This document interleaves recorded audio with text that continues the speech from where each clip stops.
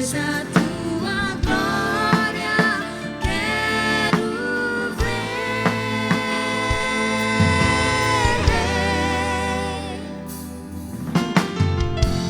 Pai, eu amo tua presença, teu sorriso é vida em mim. Eu seguro em tuas mãos, eu confio em ti, confio em ti. Quero ir mais fundo, Vá mais fundo.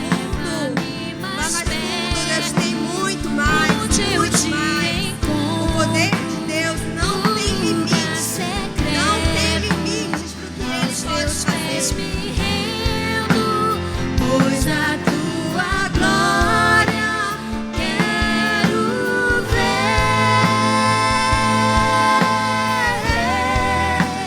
Quero ir mais fundo, leva-me mais perto, onde eu te encontro, no lugar secreto. Aos teus pés me rendo, pois a tua glória quero ver.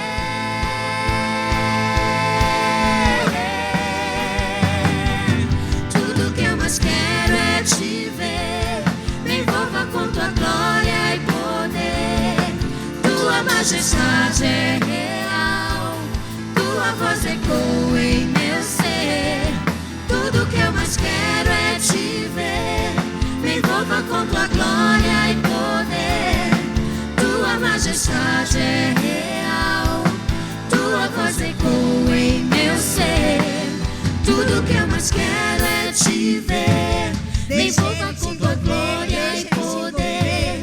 Se Tua permita. majestade Deus é pode fazer, mas real, você precisa tua voz permitir. ecoa em Você meu precisa ser. permitir. O nosso Deus não Tudo tem o que eu que mais tocar. quero é Ele te nunca ver. vai arrombar Me envolva com tua Você glória precisa e abrir, você precisa abrir pra Ele tua entrar. majestade é real, tua voz ecoa em meu ser. Quero ir mais fundo, leva-me mais perto, onde eu te encontro, no lugar secreto. Aos teus pés me rendo, pois a tua glória quero ver. Quero ir mais fundo, leva-me mais perto. Construa seu relacionamento. Construa seu relacionamento. Intimidade, Aos teus pés me intimidade. É isso que Ele rendo, pois a tua glória quero ver.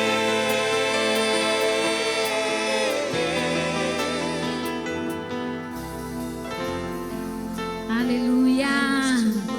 Nós te louvamos, Senhor, porque tudo para ti, tu és o princípio, Pai, tu és a base de todas as coisas. Ore, ore, ore, converse ao Senhor, converse ao Senhor.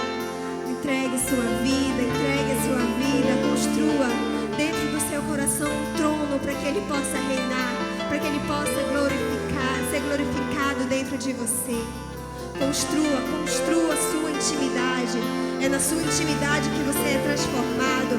É na sua intimidade que os frutos são gerados. É na sua intimidade que as pessoas vão poder ver o que Ele pode fazer em você e através de você. É no seu lugar secreto, é no seu lugar secreto. É quando as pessoas estão vendo, é no seu lugar secreto. Deixe Ele te transformar. Deixe Ele te transbordar. Diga pra Ele quanto você o deseja, o quanto você deseja vê-lo, o quanto você deseja glorificá-lo. Se entregue, se entregue, se entregue. Vale a pena se entregar. Me envolva com tua glória e poder. Que Ele seja exaltado, que Ele seja exaltado. Ele é o sentido de todas as coisas. Tudo que eu mais quero é te ver. Me envolva com tua glória e poder. majestade é real, tua voz ecoa em meu ser.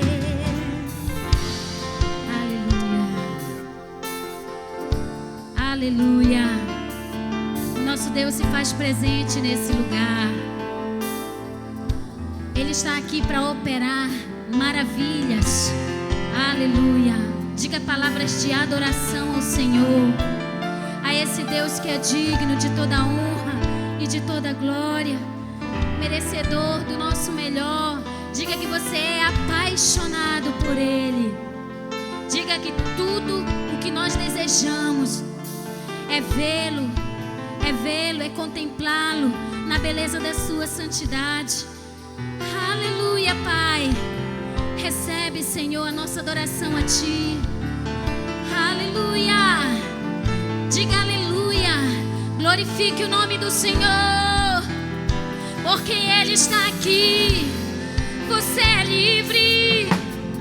Nós somos livres para adorar ao Senhor, para adorar ao Senhor. Para sempre, para sempre. O louvor esteja nos nossos lábios, não importam as circunstâncias. Para sempre, com muita adoração, apaixonado como nós somos pelo nosso Deus, declare palavras de adoração, porque Ele é digno. Hosana nas alturas, bendito é o Senhor, bendito é o Senhor. Tudo que eu mais quero é te ver, me envolva com tua glória e poder. Tua majestade, ela é real, tua voz ecoa em meus. Com as palmas assim, ó. Tudo que eu mais quero é te ver, Com o melhor da sua adoração, você está aqui para adorar o resto dos reis. Bateria aqui, ó. Vai assim comigo. Tudo que eu mais quero é te ver, me envolva com tua glória e poder. Tua majestade é real, tua voz ecoa em meu ser. Tudo que eu mais quero é te ver, me envolva com tua glória e poder. Tua majestade é real, tua Ele é digno. meu ser. Tudo que eu mais quero é te ver, Me envolva com tua glória e poder. Tua majestade é real, tua voz ecoa em meu ser. Tudo que eu mais quero é te ver, me envolva com tua glória e poder. Tua majestade é real, tudo que eu ecoa em meu ser. aplauda aquele que está sentado no trono de Deus. Aleluia. Diga aleluia.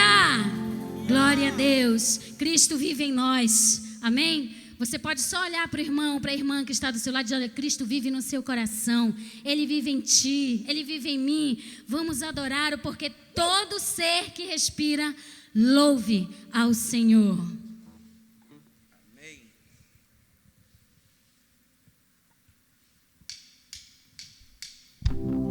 Com as palmas assim, ó.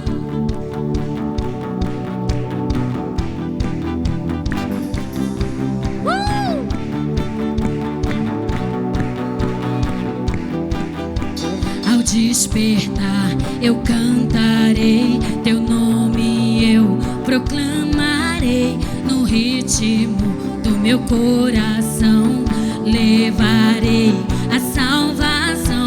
Teu fogo em meu olhar brilhando está, a chama não se apagará. Nas ruas do amor refletirá, tua glória resplandecerá. Diga assim, ó. Tu jamais me deixarás, em minha vida está esse amor em meu ser, pra sempre brilharás. Tu jamais me deixarás, em minha vida está esse amor em meu ser, pra sempre brilharás.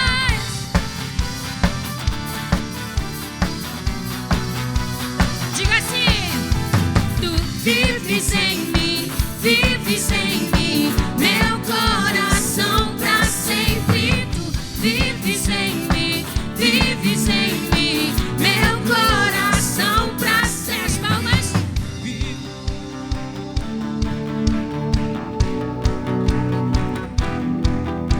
Teu fogo em meu olhar, brilhando está, a chama não se apagará. Nas ruas do amor refletirá, tua glória resplandecerá. Tu jamais me deixarás, em minha vida está esse amor em meu ser, pra sempre brilharás. Tu jamais me deixarás, em minha vida está esse amor em meu ser, pra sempre brilharás.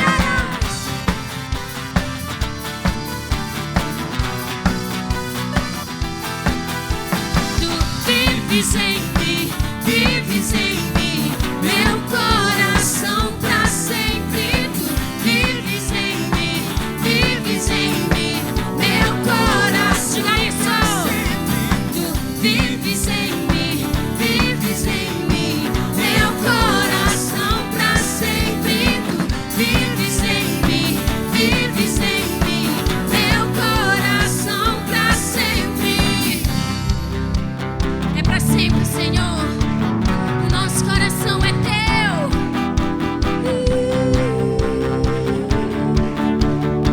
Você pode dizer pra sempre? Pra sempre, pra sempre, pra sempre, teu amor. Pra sempre, pra sempre, pra sempre, teu amor. Pra sempre, pra sempre, pra sempre, teu amor. Pra sempre, pra sempre, pra sempre. Tu jamais me deixarás, em minha vida está esse amor em meu ser, pra sempre brilharás. Tu jamais me deixarás, em minha vida está esse amor em meu ser, pra sempre brilharás.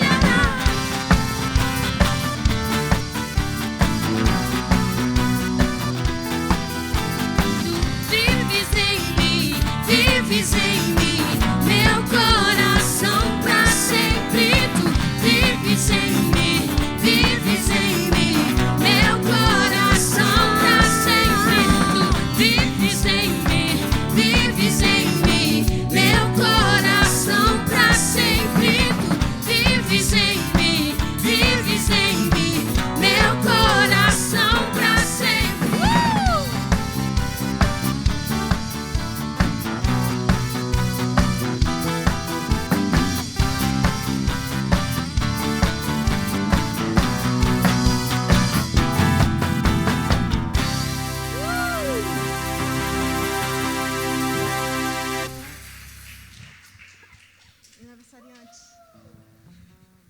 Diga aleluia!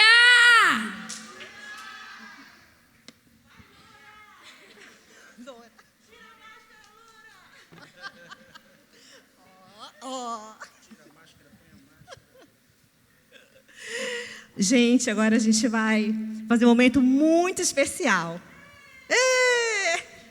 Quem é que está aniversariando hoje? Ontem? Anteontem? Alguém aqui? Alguém aqui? Essa semana. Além de mim, eu aniversariei, gente. Cadê a Samara? A Samara eu sei. Vai ser amanhã o dela. Bom, amém, né? Hoje eu vou abençoar. Eu acho que você deveria vir aqui. Vamos lá.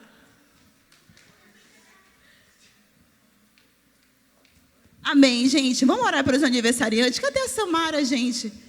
A Samara está lá embaixo, né? Amém, então. Gente, vamos estender nossas mãos para cá e vamos já estar, assim, abençoando, liberando palavras de bênção na vida delas. Vamos lá? Senhor, muito obrigada pela vida das meninas. Deus, estão fazendo aniversário, que já fizeram. Nós te agradecemos, Deus, porque eu sei que o Senhor criou cada uma delas, Deus. E eu te peço para que o Senhor possa abençoá-las e que o Senhor possa conduzi-las dentro daquilo que o Senhor já sonhou para cada uma.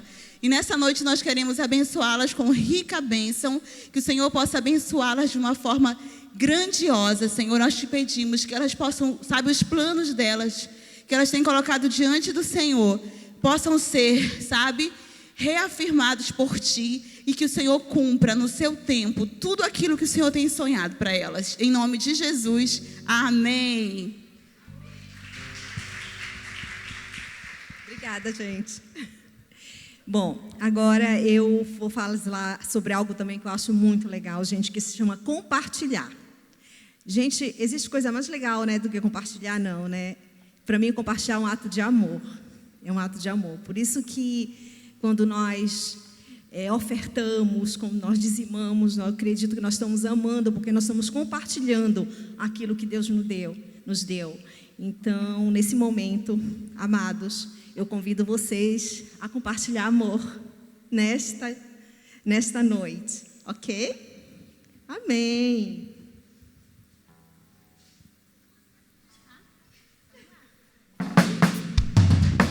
Tua palavra é uma semente, meu coração é uma terra boa. Faz essa semente brotar, faz ela crescer, germinar. Teu espírito convencer, meditar o meu comportamento, deixar o velho homem pra trás, e aquelas coisas de criança. Eu vou crescendo,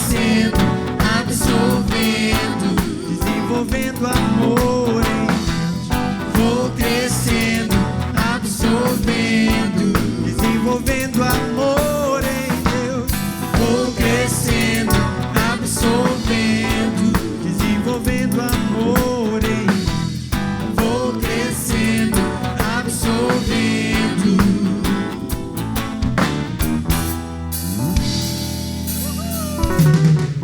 Tua palavra é uma semente, meu coração é uma terra boa. Então, Deus, faz essa semente brotar, Deus, faz ela crescer, germinar.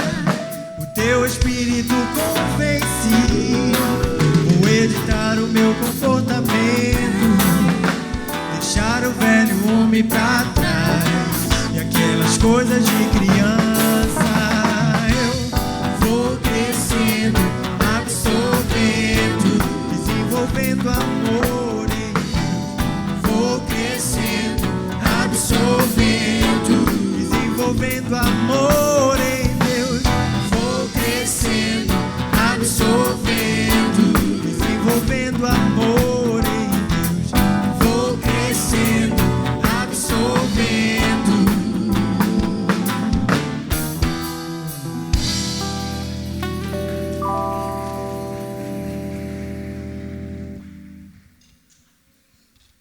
Amém, amém, glória a Deus. É lindo, né? É isso aí, gente. Deus abriu as comportas do céu, assim Ele diz na palavra, né? E eu creio. Amém. Agora nós vamos chamar uma pessoa aqui muito especial, uma mulher de Deus, uma mulher que é empresária, mãe, família, que tem tanto a compartilhar com a gente, com a sua sabedoria. Eu admiro muito ela, eu estou muito feliz, eu quero ouvir essa palavra de Deus para nossas vidas. Vem aqui, irmã Rita. Está purificada.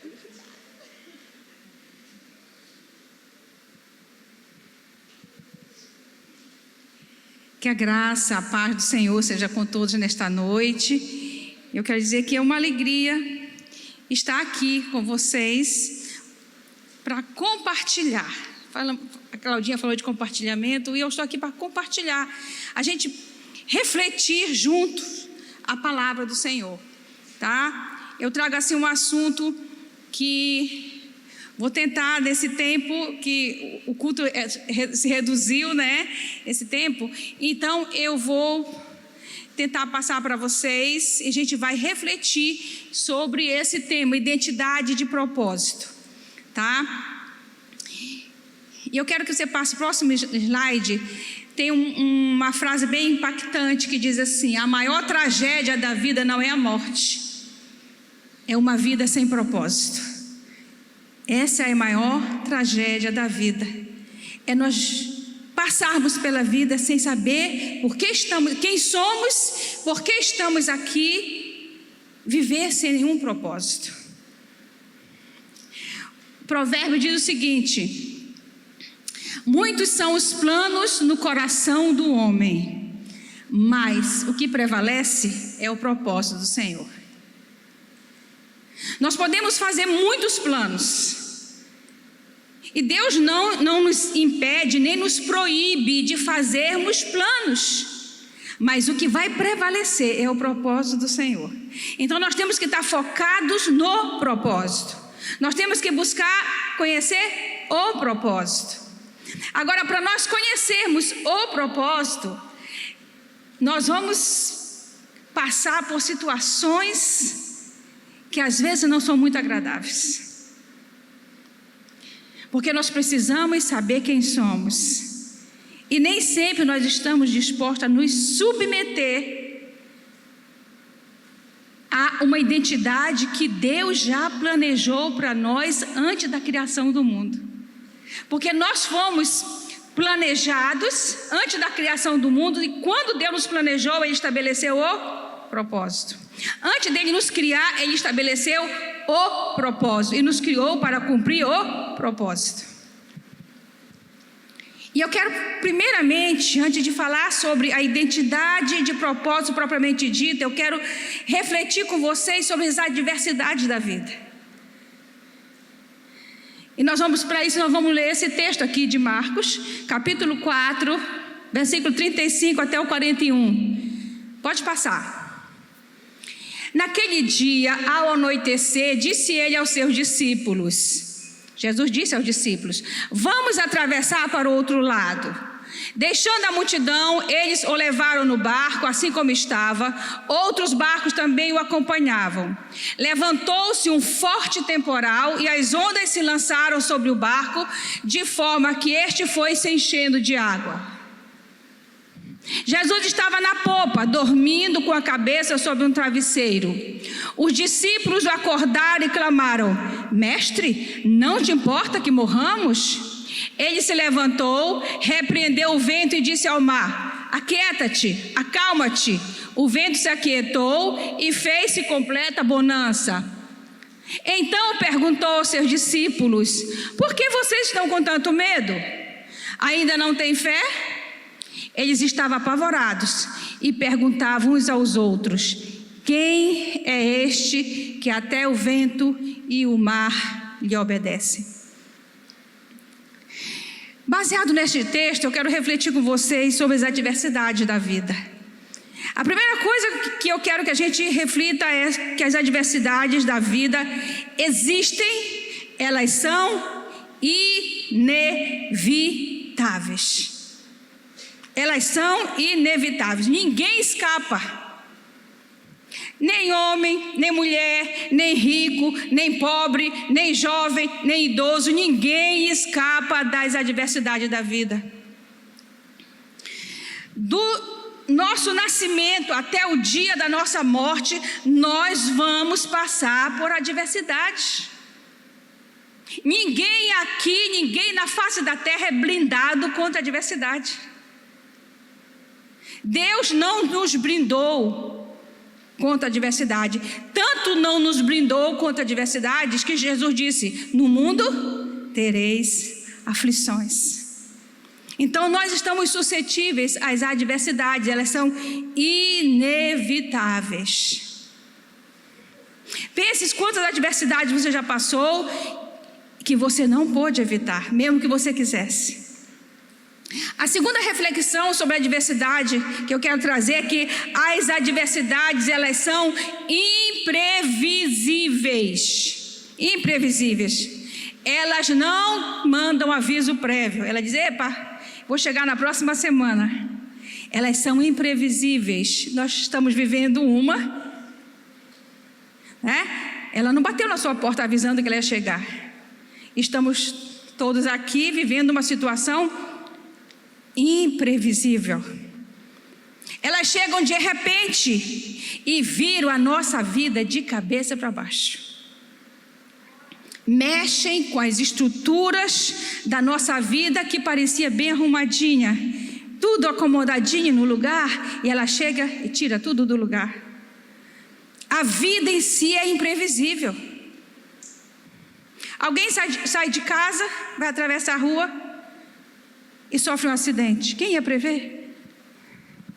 Vai ao médico fazer um exame e o resultado do exame não é agradável, imprevisível. Muitas vezes a situação chega de uma forma tão bruta que nós dizemos: meu Deus, eu não acredito que isso está acontecendo comigo. Eu não acredito que eu estou passando por essa situação, que isso está acontecendo comigo. Poderia acontecer com o vizinho, mas comigo.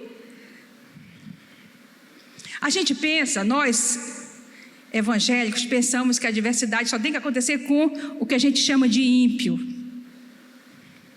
Ou aquele irmão que nem frequenta a igreja, não frequenta a célula, não ora muito. Não, com aquela pessoa tem que acontecer, mas comigo eu sou muito espiritual. Eu sou muito espiritual, eu oro, eu dou dízimo, eu canto, eu vou na igreja. Querido, as adversidades são imprevisíveis.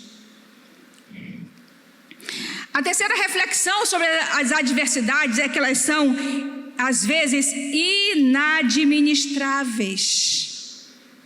Elas são inevitáveis, imprevisíveis e às vezes elas são inadministráveis. Pense nessa situação do texto que nós lemos. Esses homens aí eram hábeis pescadores, hábeis homens do mar. Eram homens que conheciam todos os problemas que poderiam acontecer numa navegação. Como hábeis homens do mar, eles poderiam muito bem prever que aquilo ia acontecer. Naquele dia, não dava para prever. A situação fugiu do controle deles. Às vezes a situação vai fugir do teu controle. Você quer pegar, mas não consegue. Ela escapa. Algumas vezes você percebe que a adversidade, ela está chegando até você. Aí você acredita, mas eu tenho muito conhecimento, eu já tenho experiência, eu tenho habilidade. E você pensa que vai tentar, que você vai conseguir administrar aquela situação. Mas aquele problema vai se agigantando, ele vai crescendo diante de você. E ele vai te confrontar. Ele vai te desafiar. Ele vai ter um momento que você vai parecer deste tamaninho diante daquele problema. E você perde o controle da situação. Aí você diz: eu não sei mais o que fazer. Eu não sei mais o que fazer. Você olha para o lado e parece que está tudo bem com as outras pessoas. Olha para cá, está tudo bem. Mas você está num mar revolto e não sabe como administrar aquilo, não consegue administrar. Os discípulos, diante dessa situação inadministrável, eles se aborreceram com Jesus. Eles ficaram chateados, porque, veja bem, eles estavam no barco com Jesus. Jesus estava no barco com eles. E Jesus tinha dito: vamos para o outro lado. E agora eles estavam ali no meio do mar, naquela situação inadministrável. E aí eles se aborreceram com Jesus e disseram: mestre, você não se importa que a gente morra, não? Nós vamos perecer. Eles deram logo um veredito: nós vamos perecer. Você não se importa que a gente pereça, que a gente morra? É como você está vivendo uma situação desse tipo, inadministrável, se agigantou diante de você, e você vê uma pessoa que pode te ajudar a sair daquela situação e dizer: tu não te importa não? Está vendo que eu estou aqui aflito, eu estou passando essa situação e você não se importa? Foi isso que aconteceu. Eles disseram para o Senhor: você não se importa não? porque eles ainda não tinham entendido aonde Jesus queria chegar. E a quarta reflexão sobre a adversidade é que as adversidades da vida, elas são pedagógicas. O comando dado por Jesus foi: olha, vamos para o outro lado. Jesus não perde oportunidade, gente. Jesus não vai permitir que algo aconteça comigo e com você que ele não tenha uma finalidade pedagógica. Tem uma frase que está muito em voga nos nossos dias: Deus está no controle. Deus está no controle. Todo mundo diz, né, essa frase. Nós precisamos saber que nada pega Deus de surpresa. Deus não se surpreende com nada, gente. Nada, coisa mais absurda não pega Deus de surpresa. Essa pandemia não pegou Deus de surpresa, não. Pegou a gente, mas não pegou Deus de surpresa. As adversidades da vida não exercem em Deus o mesmo efeito que exerce em mim e você. Não exerce. Por mais assustadora que a situação seja, não tira Deus do controle, não deixa Deus sem saber o que fazer. Deus não vai botar a mão na cabeça como eu e você, ele vai dizer: agora não sei o que fazer. Não. E o que é que isso nos ensina, já que as adversidades são pedagógicas? Se nós amamos a Deus, de fato nós amamos a Deus, se a nossa vida pertence a Deus, nós temos que ter certeza disso. Isso é muito importante quando nós passamos uma adversidade. Eu pertenço a Deus, eu amo a Deus, eu sei de quem eu sou e eu sei quem eu sou. Isso é importante quando nós atravessamos uma adversidade. Quando nós temos essas certezas, até as adversidades contribuem para o nosso bem. As adversidades da vida não vêm para nos afastar de Deus, mesmo que muitas vezes, ou algumas vezes, quando elas vêm, a gente tem a tendência de se afastar de Deus, de achar que Deus está sendo muito duro. Mas elas não têm o propósito de nos afastar de Deus. Elas vêm para que a nossa fé seja gigante. Ela vem para que a gente se aproxime mais de Deus. Ela vem para que nós possamos viver o milagre. Como é que você vai viver um milagre se você não viver uma adversidade? As adversidades da vida, às vezes, vêm para revelar o que está dentro de nós. As adversidades da vida, muitas vezes, vêm para nos expor diante de nós, não é diante da sociedade, diante da igreja, não, é nos expor diante de nós. Deus fez isso com os israelitas, quando os levou para o deserto. Ele disse: eu os levei para o deserto, está em Deuteronômio, para revelar o que estava dentro de vocês, para ensinar vocês. E principalmente ela vem para revelar quem de fato somos. É numa adversidade que a nossa identidade vai ser revelada.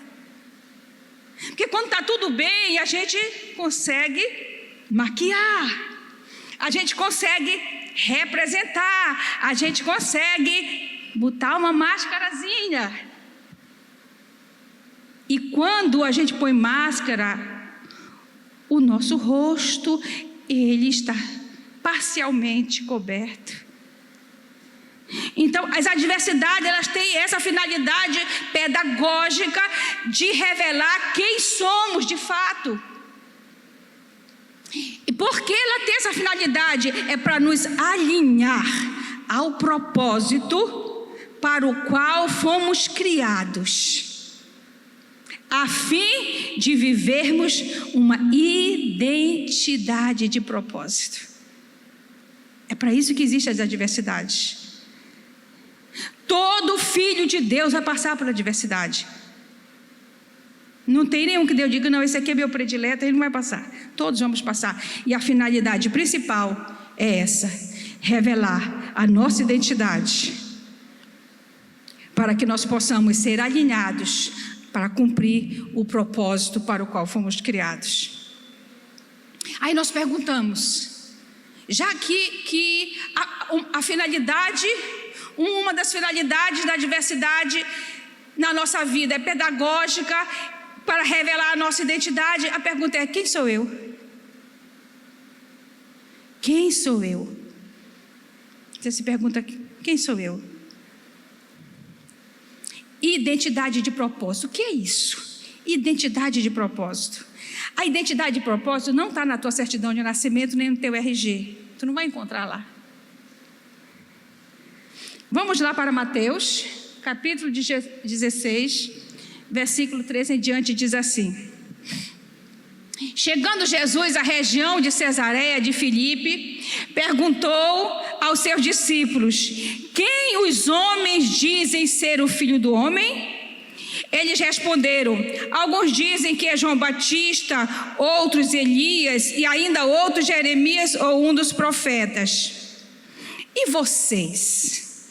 Perguntou ele: quem vocês dizem que eu sou? Simão Pedro respondeu: tu és o Cristo, o Filho do Deus vivo. Respondeu Jesus: feliz é você, Simão, filho de Jonas, porque isto não lhe foi revelado por carne ou sangue, mas por meu Pai que está nos céus. E eu lhe digo que você é Pedro, e sobre esta pedra edificarei a minha igreja, e as portas do Hades, ou outra tradução do inferno, não poderão vencê-la. Eu lhe darei as chaves do reino dos céus. O que você ligar na terra terá sido ligado o que você desligar na terra terá sido desligado nos céus.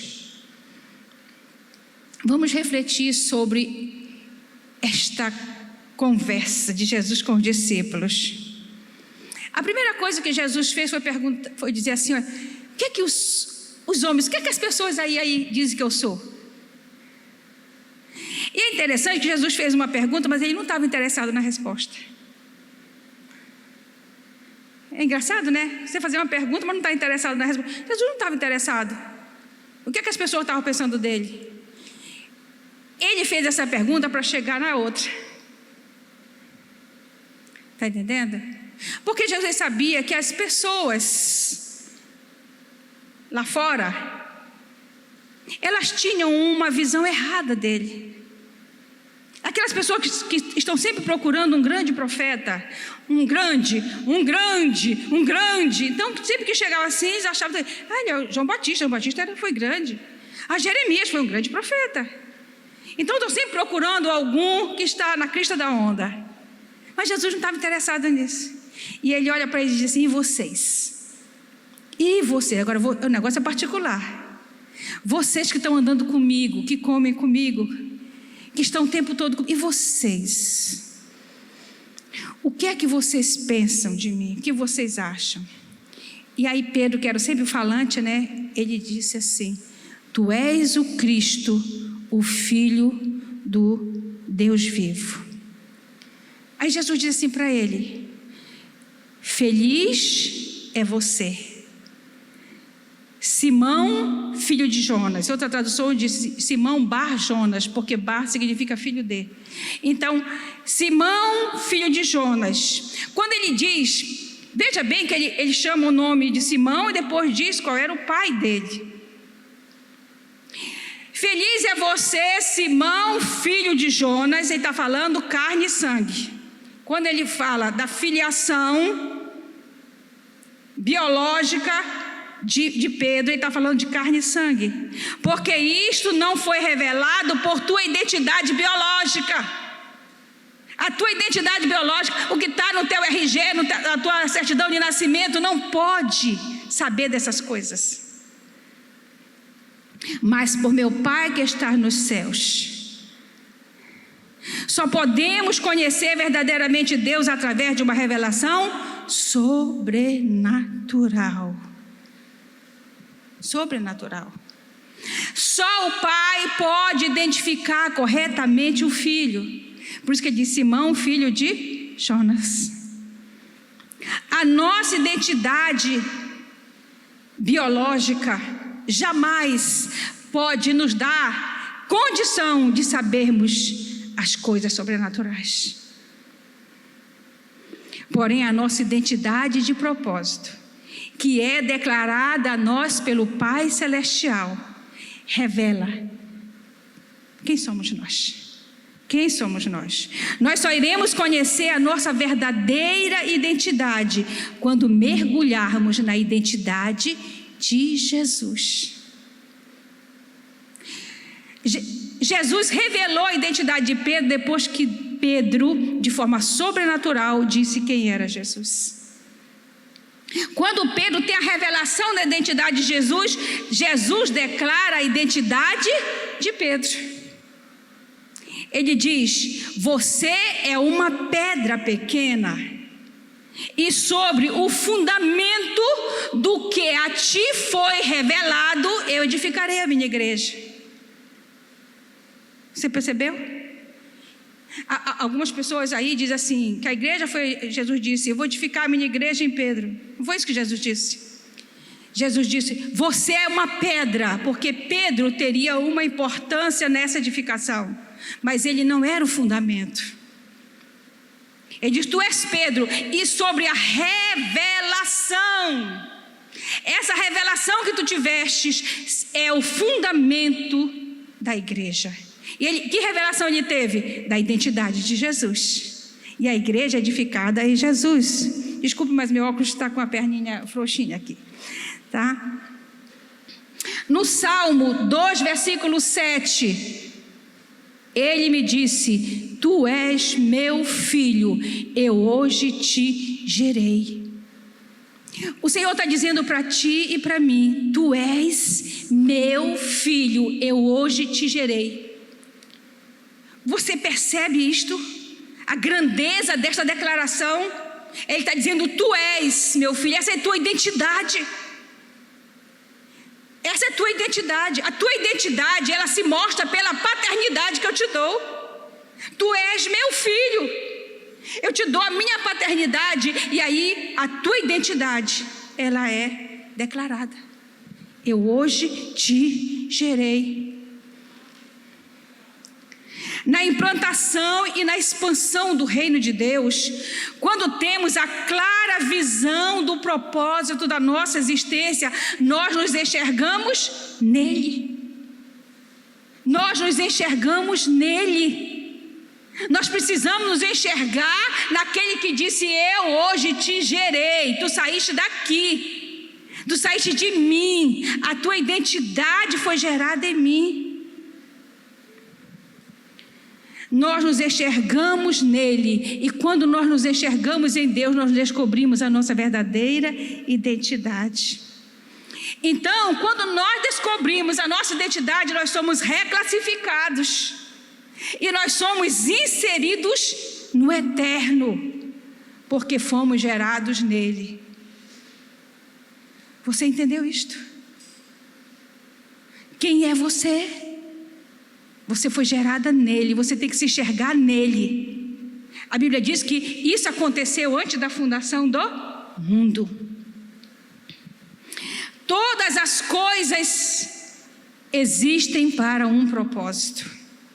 E o propósito é determinado antes de existirem todas as coisas. Isso significa o seguinte, que Deus primeiro estabeleceu o propósito, aí Ele cria a mim e a você para nós cumprirmos esse propósito. Você tem uma identidade que Deus te deu porque tu saíste dele para te cumprir um propósito. Eu não sei se eu botei o texto de Isaías aí. Olha o que diz Isaías aqui. Lembrem-se das coisas passadas, das coisas muito antigas. Eu sou Deus e não há nenhum outro. Eu sou Deus e não há nenhum como eu. Desde o início faço conhecido o fim. Desde tempos remotos o que ainda virá. Digo, meu propósito ficará de pé e farei tudo o que me agrada. O propósito de Deus continua de pé. Ele já estabeleceu desde o início. O que você está vivendo hoje foi estabelecido desde o início. E nós existimos para cumprir esse propósito. Sabe o que acontece? As pessoas estão deslocadas ministerialmente. Agora falando de igreja, as pessoas estão deslocadas ministerialmente porque não sabem quem são. Não sabem quem são, não sabem por que existem, qual o propósito da vida, qual o propósito da sua vida. Então elas ficam deslocadas ministerialmente, se debatendo dentro da igreja, se esbarrando umas com as outras, querendo ocupar o mesmo lugar ao mesmo tempo, e não é assim. Cada um de nós existimos para o cumprimento de um propósito. Então, muitos estão deslocados ministerialmente porque não sabem quem são, qual a identidade de propósito, não sabem qual a sua identidade de propósito. Profeta querendo ser mestre, pastor querendo ser apóstolo, apóstolo querendo ser evangelista, e fica um negócio, uma confusão, e é tanto pastor, pastora, bispo, bispa, e é título. Temos que ter a humildade de permitir que o Espírito Santo faça um remanejamento dentro da igreja para colocar cada um de nós nos lugares certos. Nós só vamos cumprir o propósito no lugar certo. Sabe, queridos, não é o título que nos identifica. Muitas pessoas vivem atrás de título, querem um título, um rótulo. Não é o título que nos identifica. E nem é o título que identifica o dom que há em nós. Não é o título. Mas o dom que cumpre propósito te identifica. Se você sabe qual é a sua identidade de propósito, então você tem uma identidade. As pessoas vão perceber, vão saber quem é você de fato. Não é o título, é o cumprimento do propósito que identifica. E o cumprimento do propósito não só nos identifica, nos enobrece e nos intitula diante dos homens para a glória de Deus. As pessoas vão ver, quando passa aquela pessoa que cumpre o propósito, as pessoas sabem quem elas são. Elas sabem qual é a identidade dela. Elas reconhecem a identidade dela. Elas reconhecem. Nós queremos uma igreja terapêutica para cuidar dos nossos problemas. Quando nós não sabemos qual é a nossa identidade e propósito, nós queremos uma igreja para cuidar da gente. A igreja não existe para cuidar das pessoas. Nós queremos uma igreja terapêutica. Aí a gente traz 1001 problemas para ser resolvido na igreja. Queremos uma igreja que seja uma creche, que fique nos dando leitinho e brincando de pula-pula. Já percebeu isso? Tem gente que quer o tempo todo leitinho na boca. A igreja não existe para isso. Isso é falta de identidade. É falta de identidade. O que precisamos é da paternidade para formar uma identidade de propósito. Precisamos de paternidade. A igreja, ela tem esse papel. Deus colocou líderes. A Bíblia diz que Deus colocou o quê? Apóstolos, mestres, pastores, evangelistas e profetas. 5 ministérios na igreja para te dar paternidade, para te levar à paternidade. Para isso precisamos ser confrontados. Ser confrontados. Lembra que os discípulos precisaram passar por aquela situação? Eles foram confrontados com aquela adversidade. Nossa identidade precisa ser lapidada para o cumprimento do propósito. Estão entendendo? E aí eu pergunto, quem é você mesmo? Quem é você mesmo? Vamos para Mateus 4, 1 a 11. Então Jesus foi levado pelo Espírito ao deserto para ser tentado pelo diabo. Depois de jejuar 40 dias e 40 noites, teve fome. O tentador aproximou-se dele e disse: se você é o Filho de Deus, mande que estas pedras se transformem em pães. Então o diabo o levou à cidade santa, colocou-o na parte mais alta do templo e lhe disse: se você é o Filho de Deus, jogue-se daqui para baixo, pois está escrito: ele dará ordens a seus anjos a seu respeito, e com as mãos eles o segurarão para que você não tropece em alguma pedra. Jesus lhe respondeu: também está escrito: não ponha à prova o Senhor teu Deus. Depois, o diabo levou a um monte muito alto e mostrou-lhe todos os reinos do mundo e o seu esplendor, e lhe disse: tudo isto lhe darei se você se prostrar e me adorar. Jesus lhe disse: retire-se, Satanás, pois está escrito: adore o Senhor, o seu Deus, e só a ele preste culto. Então o diabo deixou e os anjos vieram e o serviram. Quem é você mesmo? Nós precisamos parar para refletir sobre isso. Nós precisamos gastar tempo nisso. Se você puder passar a noite toda hoje pensando: quem sou eu?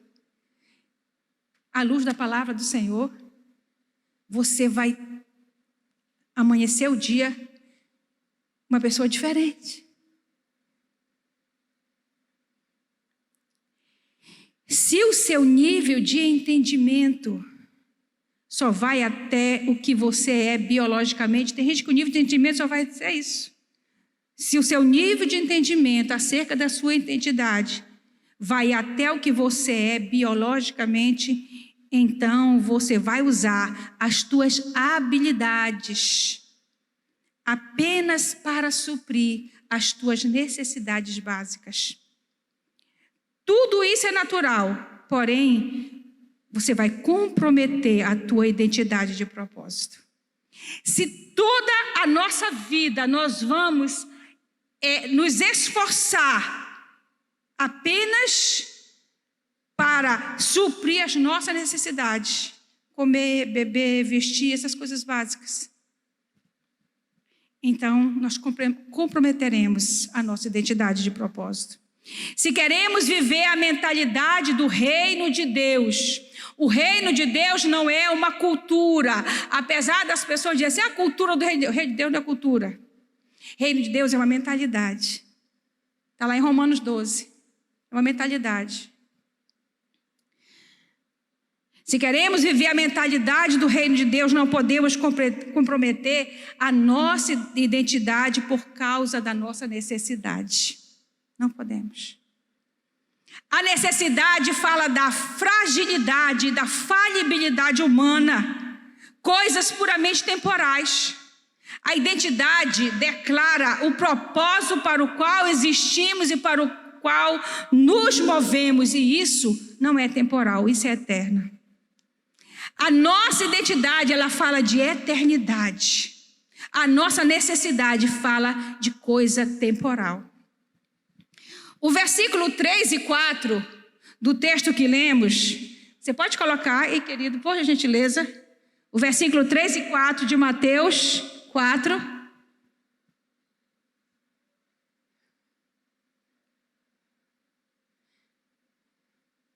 De Mateus 4, o último lá que a gente leu.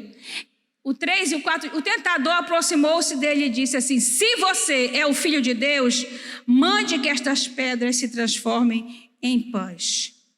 Ora, Satanás, primeira coisa que nós temos que aprender aqui, que quem levou Jesus para o deserto para ser tentado foi o Espírito Santo. Então saiba que o Espírito Santo vai te colocar em situação de tentação. Às vezes a gente quer culpar tudo do diabo. O Espírito Santo, para que a tua identidade seja firmada, Satanás, você afirme a tua identidade diante de Satanás, você vai ser levado pelo Espírito Santo a ser tentado. Lembra que as adversidades são inevitáveis, imprevisíveis, inadministráveis e pedagógicas? Então, qual era, depois que Jesus jejua 40 dias e 40 noites, o que é que Jesus mais precisava? Comer, gente. O que Jesus mais precisava, ele era homem. O que ele mais precisava era de comer. Então a necessidade de Jesus, o que era? Pão, alimento, era a necessidade dele. Aí o diabo diz assim: olha, se tu és o Filho de Deus, ele veio o quê? Confrontando a identidade.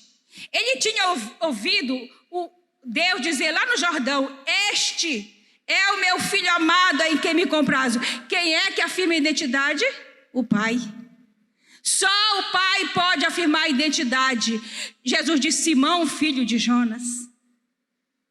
E o Pai disse: este é o meu filho amado em quem me comprazo. E o diabo agora diz assim: agora eu quero ver mesmo se tu és isso mesmo. Ele sabia que ele era. Ele sabe que você é filho de Deus. Ele sabe que você foi gerado nas entranhas do Pai.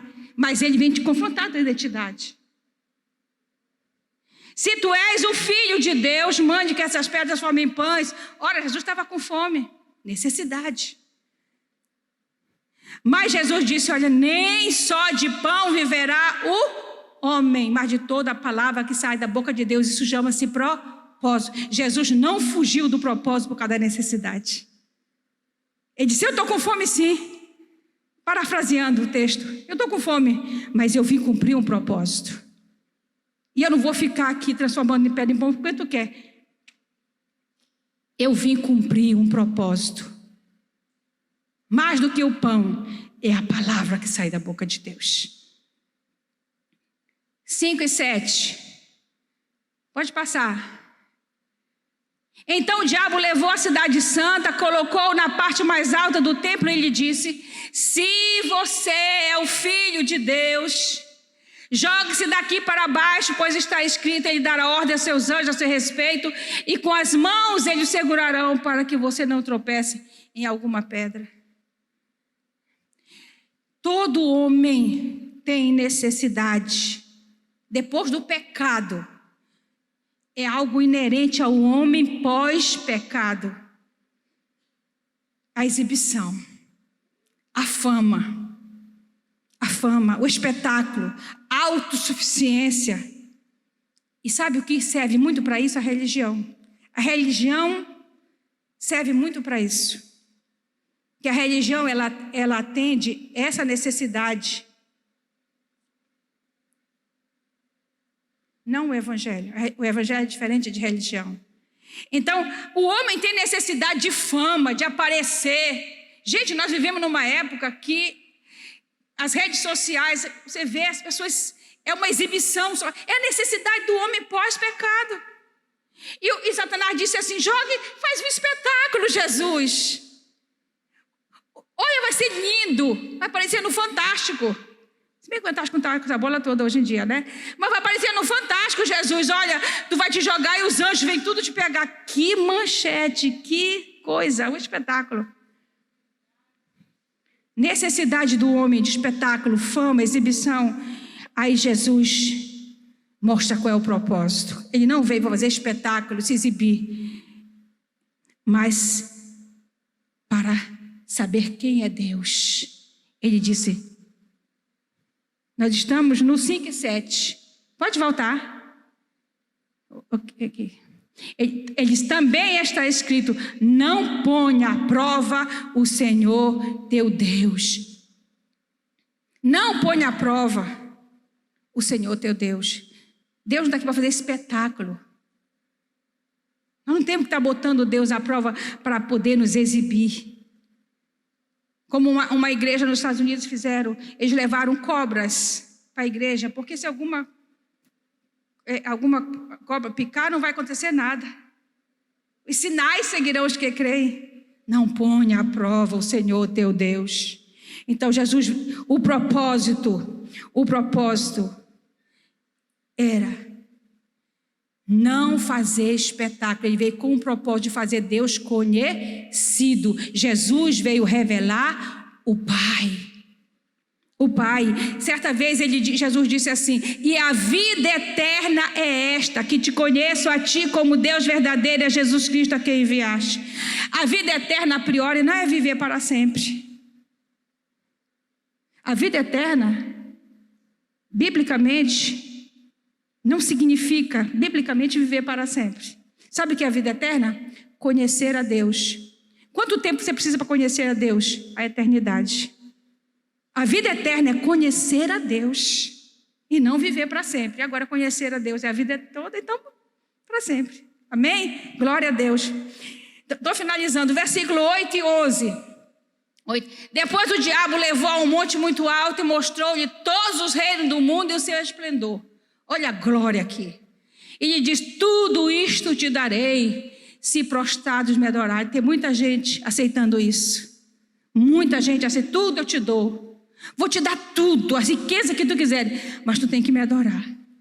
Jesus lhe disse: retira-te, Satanás, pois está escrito: adore o Senhor seu Deus e só a Ele preste culto. Então o diabo deixou, foi embora. Necessidade, o homem tem necessidade de glória, gente. O homem pós-pecado, ele tem necessidade de poder, de glória, de posse, de domínio, de adoração. Bendito seja eu, louvado seja eu. Tá? É assim. As pessoas não dizem com essas palavras, mas é exatamente isso que estão dizendo. Bendito seja eu, louvado seja eu, glórias a mim. O homem pós-pecado necessita de glória, de poder. Mas qual é o propósito? Qual é o propósito? Glorificar a Deus e exercer autoridade sobre o diabo. Glorificar a Deus, o propósito é esse. E resistir o diabo.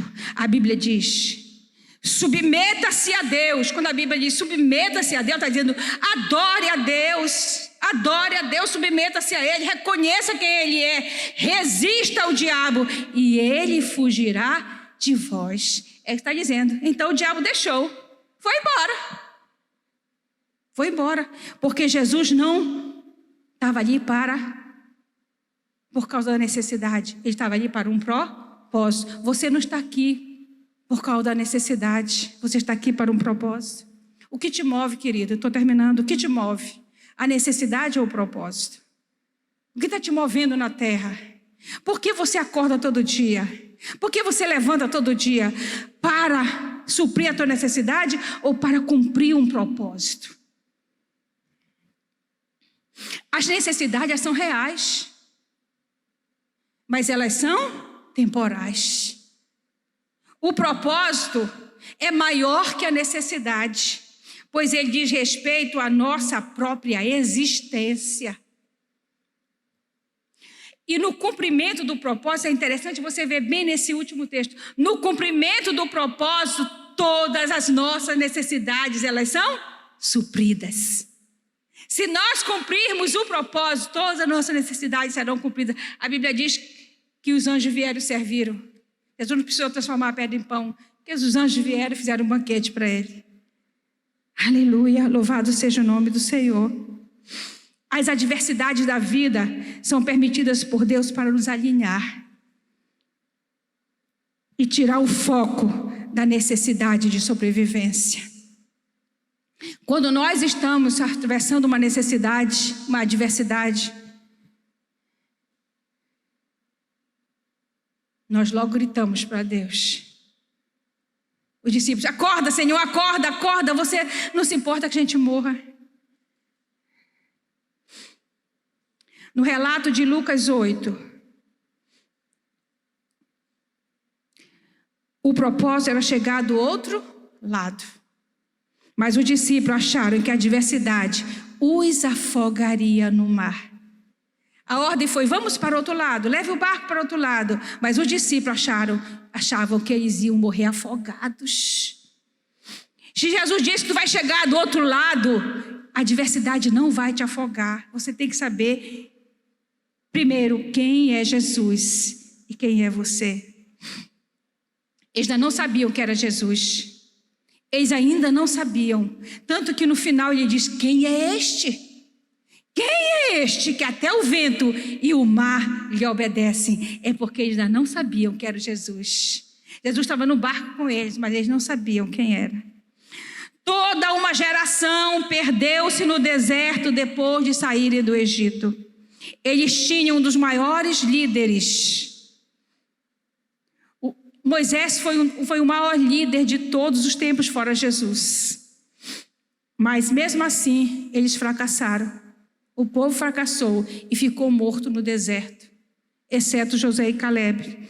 Podemos ter líderes magníficos, mas cabe a todos nós, como geração eleita, cumprirmos os propósitos do nosso Rei e Senhor. Se não cumprirmos o que Ele determinou para nós cumprirmos como propósito, Deus terá que levantar uma outra geração, como fez com Josué, para cumprir a tarefa. Por isso, vamos lutar para descobrir quem nós somos. Quem nós somos? Quem é você? Quem sou eu? Cumpra o propósito para o qual você foi criado e corra a carreira até o fim. Até o fim. Amém? Curve a sua cabeça, por gentileza. Aleluia. Se você quiser ficar de pé, pode ficar. Mas curvemos a nossa cabeça. O Espírito Santo trouxe algumas reflexões para nós nesta noite. Nós temos muita coisa para pensar hoje à noite. Muita coisa. Eu novamente digo, te aconselho, pegue a palavra para você refletir sobre isto que o Espírito Santo trouxe. Pai, nós sabemos que nós saímos de Ti, fomos gerados em Ti. E nada do que tu fazes sem propósito. Tudo existe um propósito e a nossa vida existe para cumprir um propósito. O propósito da minha vida não é o mesmo da Chuchu, não é o mesmo da Claudinha. Para cada um tu tens um propósito. Nós não existimos para competir uns com os outros e também para nos compararmos uns com os outros, porque nós somos únicos. E o propósito também é único, Pai. Ensina-nos a descobrir isso. E que possamos cumprir o Teu propósito. Só assim nós vamos marcar a nossa geração. Só assim esse mundo saberá que Deus tem filhos na terra. Que Deus tem filhos circulando nessa terra e fazendo a diferença, e que Satanás não pode fazer o que ele quer, porque os filhos de Deus se manifestam na terra. A Tua palavra diz, Senhor, que a natureza geme, ela geme aguardando a manifestação dos filhos de Deus. Aleluia. Aleluia. E os filhos de Deus precisam se manifestar com uma identidade de propósito. Vivemos tempos difíceis, tempos de confronto, tempos, Senhor amado, em que muitas vezes nos sentimos impotentes diante dos fatos, das situações adversas. Mas é preciso que os filhos de Deus se manifestem na terra, para que o diabo possa recuar, possa recuar, possa recuar, possa recuar, possa recuar. Aleluia, aleluia. O diabo recuou no deserto, porque ali estava o Filho de Deus, o Filho de Deus, que não duvidou da sua identidade, quando o diabo disse, se tu és, ele não duvidou, ele confrontou o diabo com a sua identidade de propósito, usando a palavra, e o diabo não teve outra alternativa a não ser se retirar. Aleluia. A Tua palavra diz que a terra não é do diabo. A terra não é do diabo. A Tua palavra diz que os céus são do Senhor, mas a terra deu a Ele, aos filhos dos homens.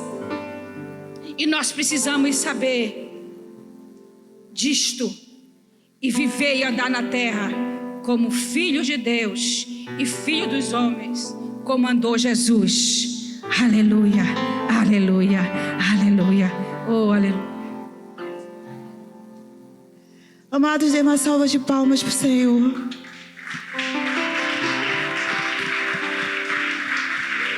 Deixa eu falar algo para vocês. Essa palavra, ela foi uma palavra muito forte. Eu estava pensando ali, quando a Rita, ela falou nos últimos momentos da palavra, ela disse, será que você vai deixar que a próxima geração manifeste aquilo que Deus tem para fazer nessa terra. Eu sei que eu e você, nós podemos fazer uma escolha de querer viver, só para realizar meus sonhos e as minhas vontades. E Deus não vai jogar um raio na tua cabeça e nem na minha, se eu quiser viver assim. Eu posso viver. Mas eu queria muito que nessa noite que você pensasse que essa palavra Deus está me convidando e convidando você a pensar em algo. Eu e você, nós somos capazes, sim, de não precisar que a próxima geração venha para que o reino de Deus seja manifestado nessa terra. Você é um agente que vai trazer o reino de Deus, a manifestação do reino de Deus nessa terra. Amado, você entende isso? Você está entendendo o que eu estou falando, gente? Gente, você é a resposta. Para de esperar a resposta em outras pessoas. Você é a resposta. Eu sou a resposta para essa transformação. E eu quero que você pare para pensar nessa noite.